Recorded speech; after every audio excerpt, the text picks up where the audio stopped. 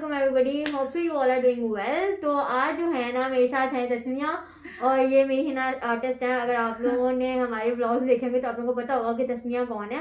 तो आज जो है ना हम एक पॉडकास्ट लेके आए। बेसिकली एक अवेयरनेस प्रोग्राम है जिस पे हम बहुत देर से बात करना चाहते थे और एक ऐसा टॉपिक है जो सोसाइटी में बहुत ज़्यादा निगलेक्ट किया जाता है, जबकि इस पर डिस्कशन होनी चाहिए।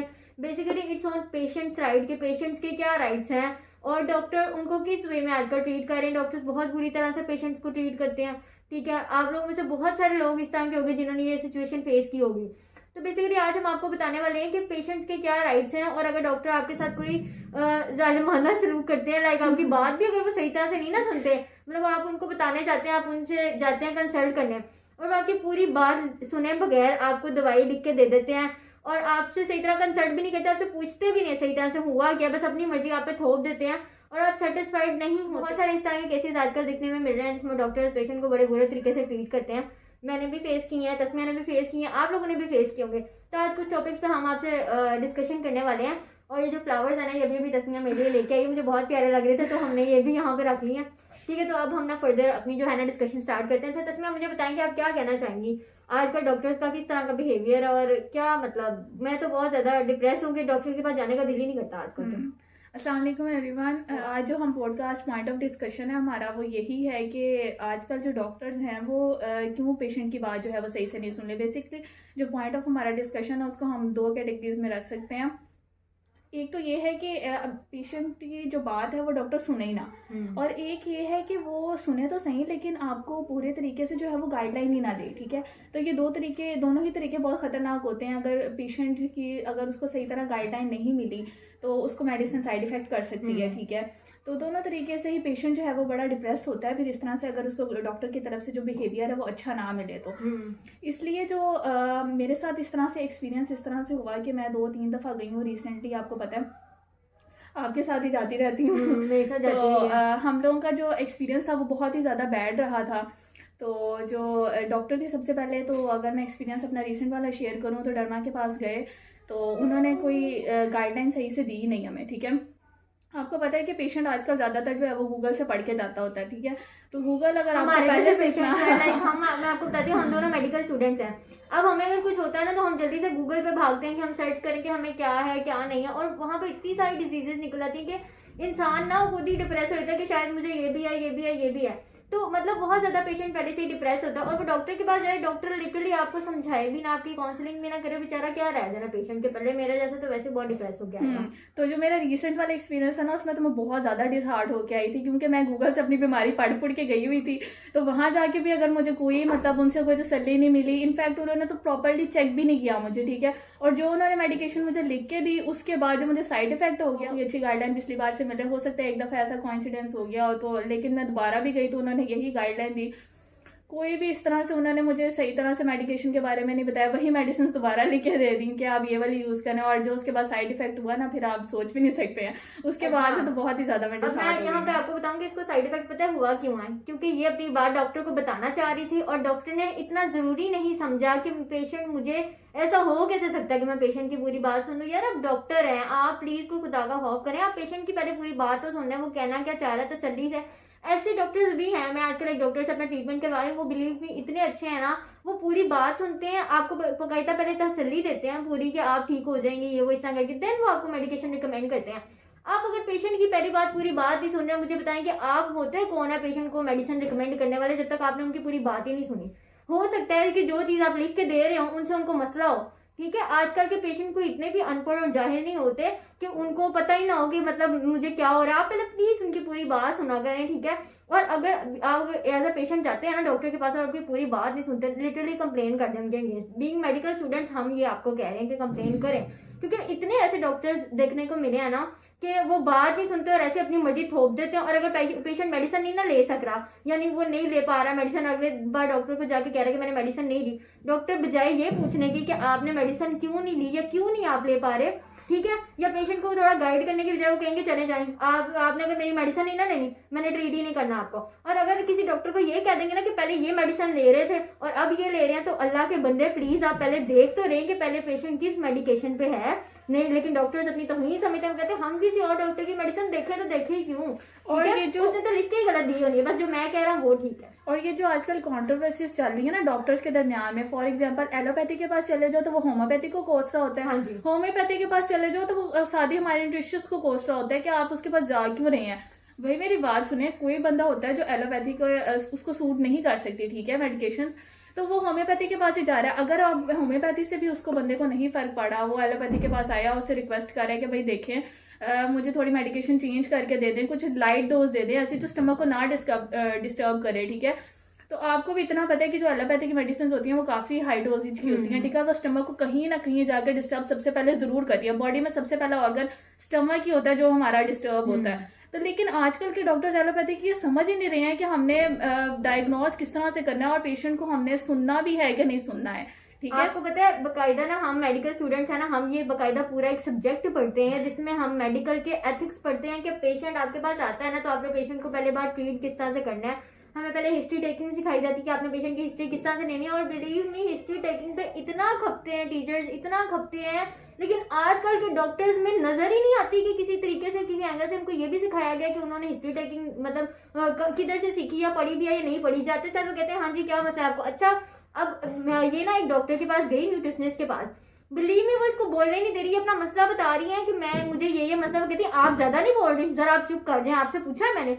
भाई पेशेंट आपको बताने आया, आपको अगर नहीं भी अच्छा लग रहा ना मरीज, आप नहीं भी सुनने के मूड में, आपने तब भी सुनना है, ठीक है, क्योंकि आप ओथ लेके यहाँ पे बैठे हुए हैं। पेशेंट ना कोई आपका नौकर टाइप कुछ नहीं है, वो वहां पे पैसे दे के आया हुआ है, ठीक है। तो अगर आप उनको मेडिसिन लिख के दे रहे हैं तो कोई इन पे एहसान नहीं कर रहे, वो पैसे दे के आपसे मेडिसिन ले रहा है। प्लीज इस बात को समझे, क्योंकि आप ये पढ़ के ओथ लेके वहां पे बैठे हुए हैं। और अगर आप लोग ये वाला काम नहीं कर सकते ना डॉक्टर्स लोग, तो आप लोग वहां पे बैठे ही ना, पहले तो बात है। आजकल के जो डॉक्टर्स आ रहे हैं ना, बिलीव मी, कहना नहीं चाहिए लेकिन वो साइकोपाथ आ रहे हैं। हम कह सकते हैं, देखिए हमारा ठीक है, हम ये मानते हैं कि हमारा जो आजकल का एजुकेशन सिस्टम है वो इतना कोई MBBS के हवाले से इतना कोई लो होता जा रहा है ना, कि जो भी बंदा वहां पे जा रहा है ना, मुझे तो ये लगता है कि साइको बन के ही भी आ रहा था, और वो अपनी सारी आके जो भड़ास निकालता है ना, वो फिर पेशेंट्स के ऊपर निकालता है, ठीक है। अब हुआ क्या कि कुछ दिन पहले ना ही मैं हॉस्पिटल का नाम लूंगी, ना ही मैं डॉक्टर का नाम लूंगी, लेकिन मुझे इतना गुस्सा आया, मैं अपनी मदर को लेके गई एक डेंटिस्ट के पास चेक कराने। अच्छा, वो वहां पे गई, उन्होंने पूछा हुआ क्या। अभी मेरी मामा ने आधी बात बताई ही नहीं है, तो वो अपने ना अभी आधी बात बता रही है और आधी बताई ही नहीं है पूरी। जब तक आप पेशेंट की बात नहीं सुन सकते, आप कैसे उनको पूरा टच करके और इस तरह करके उनके मुंह के अंदर अपने औजार घुसेड़ के ठीक है और उनको कर सकते हैं। उन्होंने कहा अच्छा बस 1 मिनट, उन्होंने अपने टूल्स उठाए, उनके मुंह के अंदर डाले, देख दूख के जल्दी से, पता है क्या किया, पर्ची के ऊपर इवन के बैठने की जगह नहीं है, जहां पे बैठने की जगह होती है ना, यहाँ डॉक्टर बैठता है, यहाँ पेशेंट बैठता है, वहां पे उन्होंने कोई अपने 2 दोस्त बिठाए हुए थे, मजे से वो गप्पे लगा रहे हैं, और उन्होंने इतना नहीं कहा कि यार आप लोग उठ के चले जाएं, यहाँ पे पेशेंट है, प्लीज पेशेंट को बैठने दें। पर्ची पे जाके 10,000 का ट्रीटमेंट लिख के कहते हैं ये 10,000 का ट्रीटमेंट है, ये करा दें। मेरी मामा ने कहा देखें मेरी बात सुने, आपने मेरी पूरी बात सुनी है? कहते हैं आप क्या कहना चाह रही हैं, ठीक है आप बताएं, मैंने आपको लिख दी है ना, आपने मेरी सुनी है? तो मामा ने कहा आप पहले पेशेंट की तो बात सुने, फिर आप लिख के दें मेडिसिन, ताकि मुझे पता चले कि मुझे हुआ क्या है। तो कहते हैं अच्छा सुन लेता हूँ आपकी बात, बताएं क्या कहना चाहती हैं आप। मेरी मामा ने बता दिया कि मुझे ना इस तरह से होता है। कहते हैं बस हो गया, मैंने भी यही कहना था। अब ये मैंने मेडिसिन लिख के दी है, ये 10,000 का ट्रीटमेंट है, ये आप करवा लें, 5,000 आज जमा करा दें, और 5,000 जिस दिन ट्रीटमेंट होगा ना उस दिन ले आना। इतनी मुझे तब चढ़ी, मुझे इतना गुस्सा आया कि यार क्यों, मतलब आप 10,000 का ट्रीटमेंट लेके दे रहे हो, पेशेंट को ये नहीं बताओगे कि ये 10,000 के ट्रीटमेंट में हम तुम्हारे साथ करेंगे क्या। और कोई इतना पागल है जो मुंह उठा के 10,000 आपको दे देगा और ये भी नहीं पता करेगा कि मुझे यार मेरे साथ होना क्या, मुझे बीमारी क्या, मुझे ये तो पता लगे। ना उन्होंने बताया आपको बीमारी क्या, ना उन्होंने बताया कि 10,000 क्यों लगेगा, ना उन्होंने ये बताया कि कौन सा ट्रीटमेंट, क्या ट्रीटमेंट का नाम है जिसमें 10,000 लगेगा। ये तो हमारे साथ हुई है उस दिन, और मैं बहुत ज्यादा, हम इतने डिप्रेस हुए पड़े ना, हमें डॉक्टर्स के पास लिटरली जाने से डर लगता है कि हम जाए ही क्यों। और एक दफ़ा आपको पता है, एक आपको बड़ी मज़ेदार सा अपना एक्सपीरियंस बताती हूँ। वो ये था कि न्यूट्रिशनिस्ट के पास हम लोग गए हैं, ठीक है, और वहाँ जाने के बाद पहले तो जब हम स्लिप वगैरह बनवा के उनके पास गए हैं, तो बाहर जाके उन्होंने मुझे कहा जी आप वेट करें ज़रा, मैं आपको अभी बुलाती हूँ। अच्छा 5-10 मिनट हो गए, 15 मिनट हो गए, उनके पास वेट करती रही हूँ बैठ के, जी आप बुला लेंगे, आप बुला लेंगी, लेकिन ना कोई नहीं, रिस्पॉन्स ही नहीं आया। अच्छा फिर एक और पेशेंट साथ आके बैठ गया, फिर हमने दरवाज़ा नॉक किया, जी क्लिनिक अंदर खाली है, वैसे मैं आपको बता दूँ तो उनके साथ एक और दूसरी उनकी डॉक्टर बैठी हुई है, 2 डॉक्टर्स अंदर थी। और क्लिनिक खाली है और बुला नहीं रहे हैं वो हमें, ठीक है। तो मैंने साथ में एक और पेशेंट आया, मैंने उसको कहा है कि आप भी कम से कम नॉक कर ले, मैं तो कितनी दफ़ा कर चुकी हूँ, बुला नहीं रहे हैं। तो उसने नॉक किया ना, तो फिर वो आई और उन्होंने पूछा है कि अच्छा आप आ जाए ना, एक काम करें आप किसी और जनरल वार्ड में चली जाएं, या फिर आपने कहीं और चेक करवाना है तो आप वहाँ चली जाए। मैंने उनसे इतना कहा, मैंने कहा देखें मैं आपके पास इसलिए आई हूँ क्योंकि मैंने चेक आपको कराना है, ठीक है ना। हम ना यूनिवर्सिटी में पढ़ते हैं और हमने वहां से टाइम निकाल के डॉक्टर के पास जाना होता है। हर टाइम हमारी रूटीन इतनी बिजी है ना, हम हर टाइम नहीं वेट कर सकते कि डॉक्टर कब अपनी मर्जी से फ्री होगा और कब हम जाएंगे। डॉक्टर के मूड पे डिपेंड करता है। भाई आप डॉक्टर आप वहाँ बैठे क्यों, अगर आपके पास टाइम नहीं है आप सीधी बात है हॉस्पिटल वालों को जवाब दे दें, मैं नहीं इस टाइम पे मरीज देख सकती, ठीक है, ताकि वो आपकी जगह चेंज करके किसी और अच्छे को बिठाएं। अच्छा, सेम एक्सपीरियंस हुआ। मैंने उनको यही कहा कि भाई टाइम इतना नहीं है, अगर आपने चेक करना है तो आप मुझे बता दें, नहीं तो आप मुझे बता दें, मैं फिर आ जाऊंगी, ठीक है। तो उन्होंने कहा कि मैंने कहा मैंने सिर्फ आपसे गाइडलाइन ही लेनी है, मैंने कोई इतना वो प्रॉपर लंबा चौड़ा से बहस भी नहीं करनी है, तो आप मुझे बुला लें।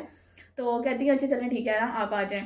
तो मैं अंदर गई हूँ और बस आप सोच नहीं सकते कि अंदर जाते साथ मेरे साथ हुआ क्या है। मैं अंदर गई हूँ और उनका बच्चा जो है ना मेरे ऊपर चढ़ पड़ा है मुझे मारने दौड़ने के लिए।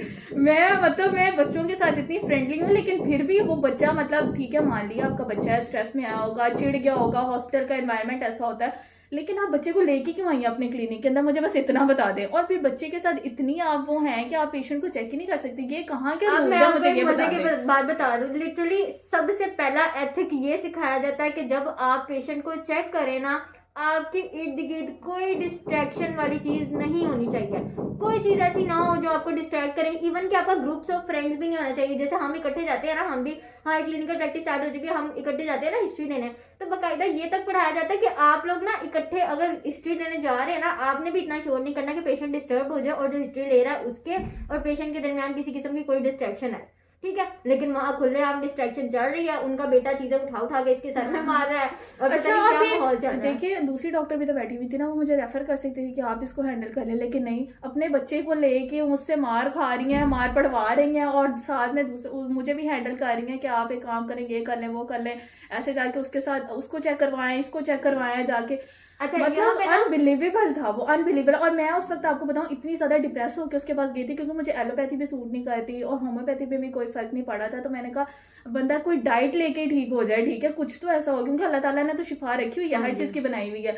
तो मैं इतनी ज्यादा डिप्रेस होकर उस वक्त गई हुई थी, लेकिन जब मैं वापस आई हूँ ना, तो यकीन करें कोई फायदा नहीं हुआ। और आंखों में आंसू भर के से पूछ लें कि मैं जब आई हूँ तो मैं कितनी ज्यादा डिप्रेस। अच्छा, यहाँ पे एक पॉइंट, कुछ लोग कहेंगे शायद हम रूड हो रहे हैं कि उस डॉक्टर के जो बच्चा था ना, हमें उनका एहसास नहीं हुआ। देखिए मेरी बात सुने, जब आप ड्यूटी आवर्स पे है ना, तो आपको थोड़ा सा प्लीज ख्याल रखना चाहिए कि अगर आपका बच्चा भी है ना, तो प्लीज या आप उसको सुला दें या आप उसको साइड पे या कुछ ना कुछ करें। और अगर आपका बच्चा डिस्टर्ब कर रहा है ना, तो आप प्लीज एडमिन से बोल दें कि इस टाइम मैं चेक नहीं कर सकती, मेरी जगह किसी और को बिठा दे। हमें भी एहसास होता है, ठीक है, ऐसा नहीं है कि हमें उनका एहसास नहीं था कि वो बीइंग अ मदर वो वहाँ पे क्लिनिक पे बैठी हुई है, वो काम भी करे, हमें एहसास है, हम इतने रूड नहीं हो रहे। लेकिन यार देखिए, अब जो बंदा पेशेंट आ रहा है, पता नहीं वो कितना डिप्रेस होकर आया होगा, और ऊपर से जब वो आपका ये बिहेवियर देखता है कि आप उसको कोई मतलब वैल्यू ही नहीं कर रहे, आप सिर्फ अपने काम में लगे हुए, तो यार हमारा इतने पैसे भरने का क्या फायदा और इतना टाइम जाया करने का क्या फायदा, ठीक है। तो ये सारी हमारी डिस्कशन थी। इसके अलावा ना कुछ जो है ना, मैं यहाँ पे बातें कहना चाहूंगी कि अगर कोई डॉक्टर आपको कोई ट्रीटमेंट लिख के देता है बहुत महंगा, सबसे पहले तो प्लीज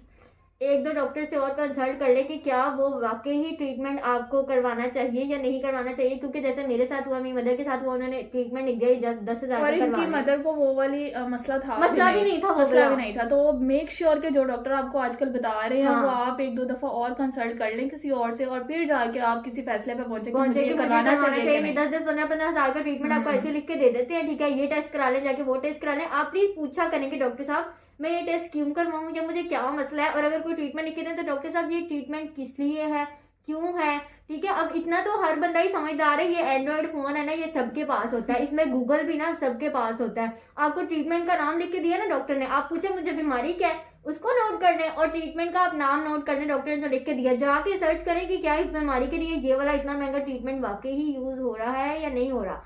दूसरा, अपनी फैमिली में सबसे पहले पूछे कि क्या किसी ने ऑलरेडी वो ट्रीटमेंट करवाया है, या कुछ ऐसे डॉक्टर से कंसल्ट करें जो वाकई वो ट्रीटमेंट पहले कर चुके हों, तो आपको थोड़ी तसल्ली हो जाए कि वाकई मुझे ये करवाना चाहिए या नहीं करवाना चाहिए। क्योंकि बिलीव में आजकल के ज़माने में ना हर बंदे को सिर्फ पैसों से मतलब है, किसी को आपकी जान से मतलब नहीं है। और ऐसा नहीं है कि सारे डॉक्टर्स इस तरह के, कुछ और बहुत अच्छे भी हैं जो वाकई आपको पूरे प्रॉपर वे में गाइड करते हैं, ठीक है। तो आप प्लीज़ बाकायदा ये करें, इन चीज़ों को नोट करें। दूसरा, जब आप ऑपरेट करवाने लगे ना या कोई भी आपका ऑपरेट हो, तो प्लीज़ वो आपको एक पहले परफॉर्मा सा देखते हैं, उसको आपने फिल करना होता है, उसमें साइन करने होते हैं, उसको अच्छी तरह से पढ़ लें। अगर आपको नहीं पढ़ना आता तो आप किसी से बोल दें कि वो आपके लिए पढ़ दे, ताकि आपको पता लग जाए कि ये डॉक्टर आपसे क्या डिमांड कर रहा है और ये किस ट्रीटमेंट की आपसे अपील कर रहा है। क्योंकि अगर देखें ट्रीटमेंट के बाद खुदा ना खास्ता पेशेंट की अगर डेथ हो जाती है ना, तो वो सारा ब्लेम घर वालों पे डाल देते हैं कि इन्होंने साइन किए थे, इन्होंने बोला था ये ट्रीटमेंट करवा ले, जबकि उनको बताया ही नहीं जाता कि ये ट्रीटमेंट है किस लिए। तो डॉक्टर्स का सबसे पहला काम ये कि वो ट्रीटमेंट का पेशेंट को बताएं कि इसके बाद ये हो सकता है, ठीक है। और जो वो फॉर्म वगैरह फिल करवाते हैं बाकायदा उसकी भी पूरी डिटेल्स पेशेंट को बताई जाए, फिर अगर पेशेंट सेटिस्फाई होता है तो किया जाए।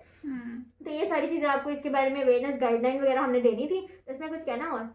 हाँ, ये कहना चाहूँगी कि बीइंग अ डॉक्टर, बल्कि टू बी अ डॉक्टर, हमें जो है वो आजकल के डॉक्टर्स का रवैया देख के बहुत ज़्यादा दुख होता है कि आजकल किस तरह के डॉक्टर्स आ रहे हैं मार्केट में किस तरह के मार्केट में आ रहे हैं, डॉक्टर मतलब वाकई वो मार्केट में आ रहे हैं, क्योंकि उनका काम सिर्फ पैसा बनाना है, या फिर वो इतने ज़्यादा खुद डिप्रेस हैं कि पेशेंट को खुद ठीक नहीं कर सकते हैं। तो बस बहुत ज़्यादा हम परेशान थे।